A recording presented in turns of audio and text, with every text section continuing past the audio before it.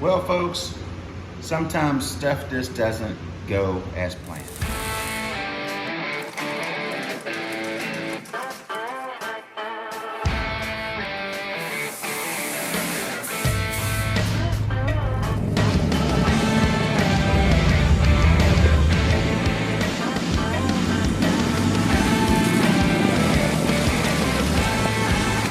Hey folks, so the seat frames turned out good as you saw, and I've got 2 more pieces, well actually 2.5 more pieces to paint on the Bronco. One being the tailgate and the other being the front grille. The half piece is the outside portion of the roof. Let me work on these for a little while and see if we can't get these things in primer today. I've wiped the grill down 2 or 3 times. I'm going over it right now with some spot putty and getting a few of the little small dings out. I've only got a couple more little dings to go, and then it's ready for the high build primer, and then we'll block it, guide coat it, and work any areas that we find. And if we don't find any, then we'll knock the guide coat off, hit it with a sealer, and put some color on it.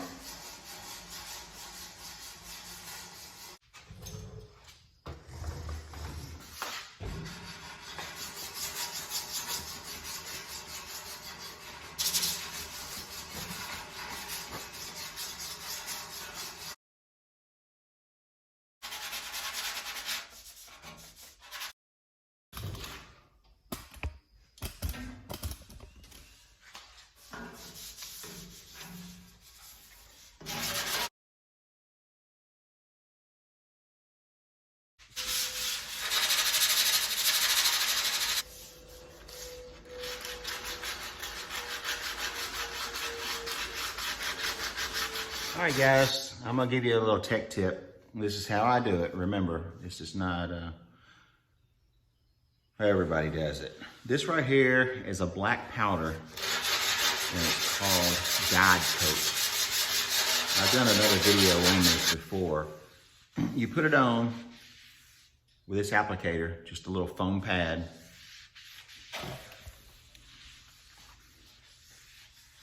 All right, I'm gonna try to make the rows go. I'm gonna blow this off. What I'm gonna do, I'm gonna show you what not to do when you're sanding. You don't blow it off necessarily when you're using it. All right, so this is a surface that we're trying to get all of the texture out of and all of the imperfections. And when you go over it with a hard pad, or poly pad like what's wrapped around this 320 grit, you're blocking it down and you're doing it flat. All right, so when you sand this off, you're finding all the spots that are low and the spots that are high. If you're able to sand this off completely and not have a high spot or a low spot, then that area is finished. There's no dents, there's no imperfections. You can see that it's flat. All right, so if you don't have a hard block and it's a flat surface like this, I'm just gonna use this 1500 so that it won't do any damage. You're pressing it down with your fingers just like this,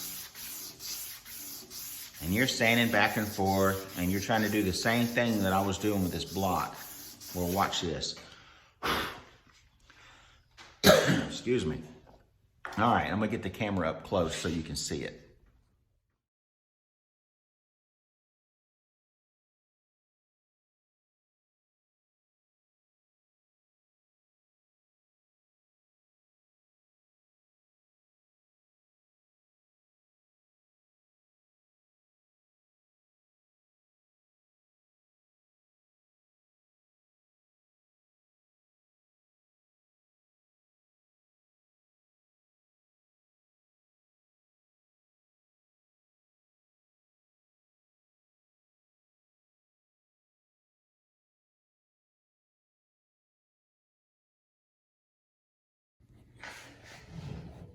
See if I can get it in the right light. You can see the areas of light blue, and then the dark, and then a little bit more light blue, and then dark, and then more of the light blue. That's called cornrows, just like you're planting a field. And when you paint this and use a high gloss on it, those are all gonna show up, just like they're showing up now. Except for they won't be this color. You'll see the imperfections in your paint. It won't be flat looking, and it'll have cornrows in it. Sometimes if it's not a color change, like a metallic or something like that, you can block it out on your clear coat and then buff it. But if it's a metallic or something along those lines, you're still going to be able to see it more than likely when the sun hits it, because those metallics are laying different on the cornrows. So you always want to use a block when you're sanding. Watch it. See how it's taking the cornrows out? And you want to alternate directions. See how we're rounding the edge right here? And then we come up this way. All right. Now, see, there's no cornrows. There they are. There's where I just sanded. There's where I hadn't sanded yet. This is flat now, and it's ready for paint. These, I still got to get out the cornrows that I just put in. So I hope that helps. And as always, if you have any questions, just please email me or send me a message on YouTube, and I'll be more than happy to share my opinion. But by no means am I trying to teach you. This is just how I do it, and well, it seems to work for me. Sometimes stuff everybody's got their own techniques. I've learned most of mine from other people. I never went to school for any of this. I'm self-taught, and I try to absorb from others, and I learn from my mistakes. So I'm just trying to give you some tips that I've learned from my mistakes, so that maybe you can skip that portion of your education of hot rodding. Once again, you've been YouTube certified and by Spanky.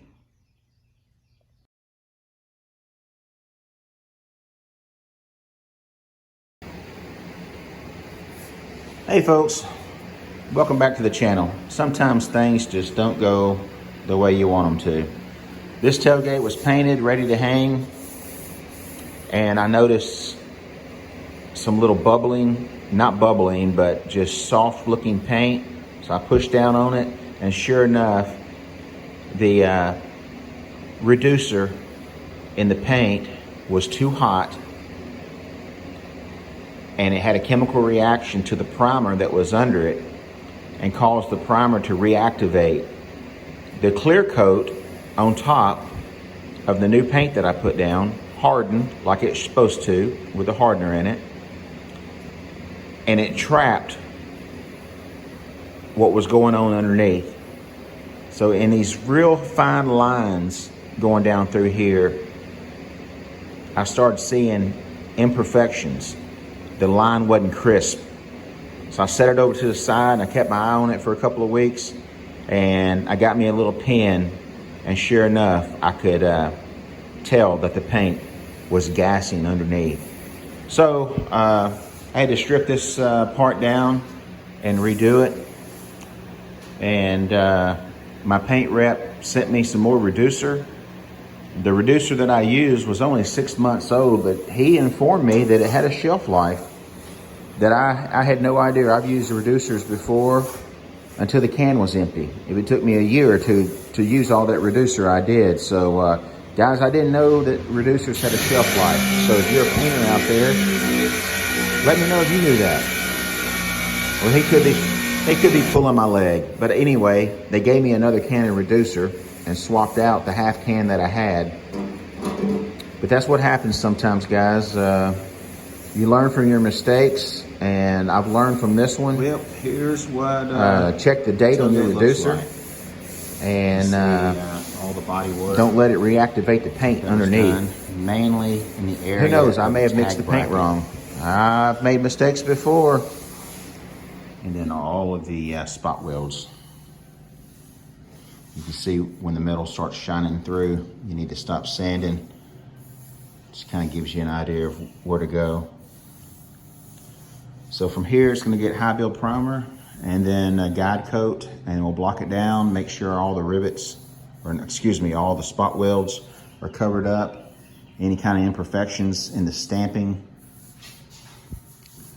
See these areas right here? Should be nice and crisp. Get it primed, get it sanded, do the final body work on it, and then ready to paint.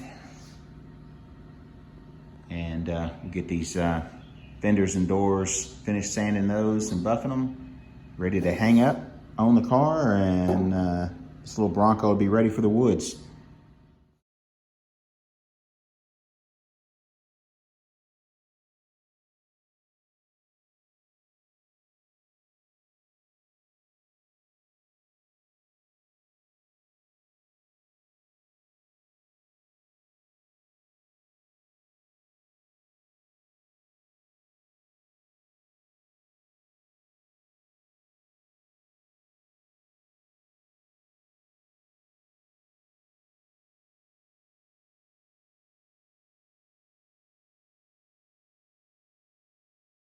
Bondo and creamer.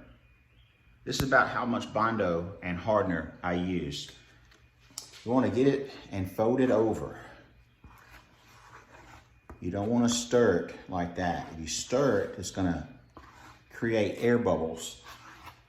The air bubbles are going to come back later as little pinholes. And if you don't get all the pinholes, which are very, very hard to get, especially when you're my age and you forget to put your glasses on, then those are going to be little craters in your fresh paint job. And it's going to look terrible.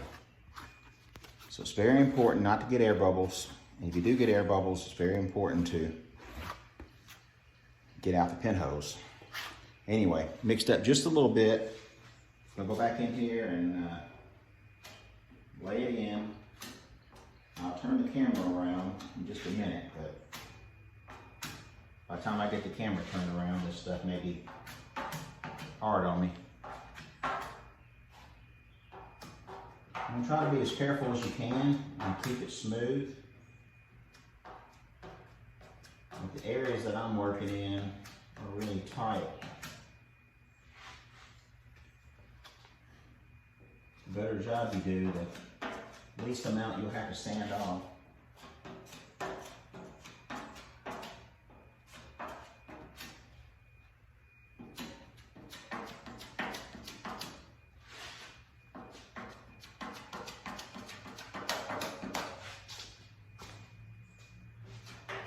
I can already tell it's getting hard.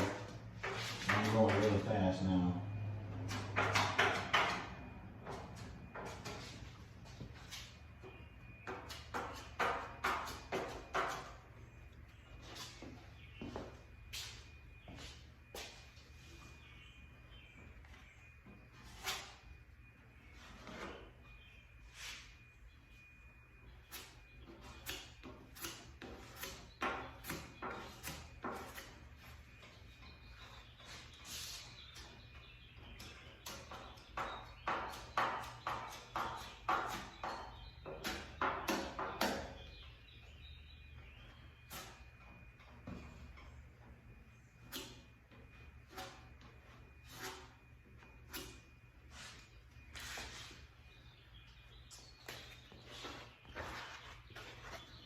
All right, this got a little bit too hard to work.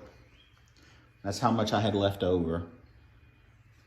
Now that I've wiped it, show you what it looks like. It's kind of messy, but what I'm trying to do is work that little bitty lip right there. And there's a lip on this side and there's a lip on this side. So I'm getting these little spot welds I'll come back in here and I'll start sanding and blocking it with a flat block with my 80 grit. And when you start seeing metal showing up, then you need to stop, because that's going to be your high spot. Then if it looks good all the way down and feels nice and smooth, then it's ready for primer. And I'll put 2 coats of nice primer on it, and then we'll guide coat it and block it off. And see where we go from there. If it looks good after we block it with a guide coat, then we'll come back again, step down with the guide coat, a 320, and put a sealer, then put the small dents base, and then the clear coat, and then the pinholes and stuff. All right, let's let this dry for a second, and then we'll get it sanded off. It's hot. Did I tell you that? It's really hot. Show you how to mix the Bondo in just a minute on the next go around. I just touched it just now, but unfortunately I had the camera turned around the wrong way.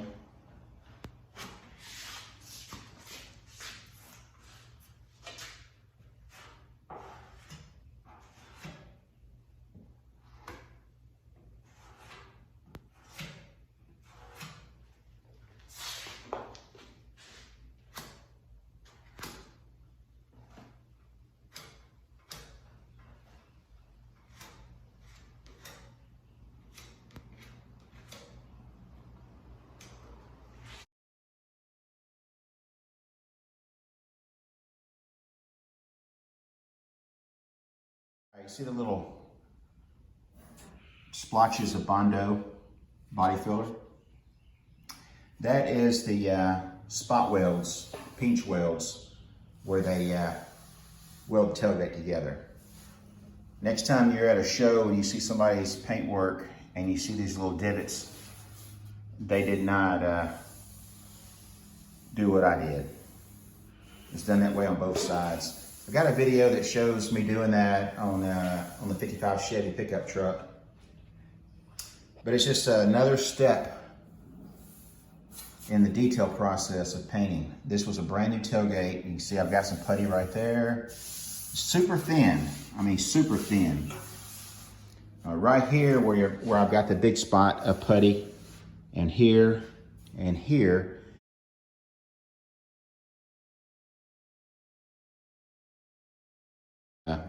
Put the tag light, or tag and tag light, also in another area.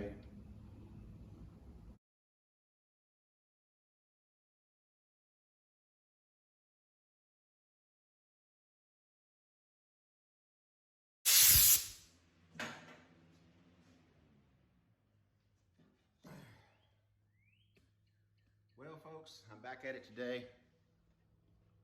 I'm over in the work area where I do spare tire carrier and the license plate bracket tailgate for this part of the shop. Just another part of the detail work. It's hot, but anyway, that's where I'm at today. I'm doing some body work on the tailgate and trying to get it all ready for primer. And let me show you what I'm doing.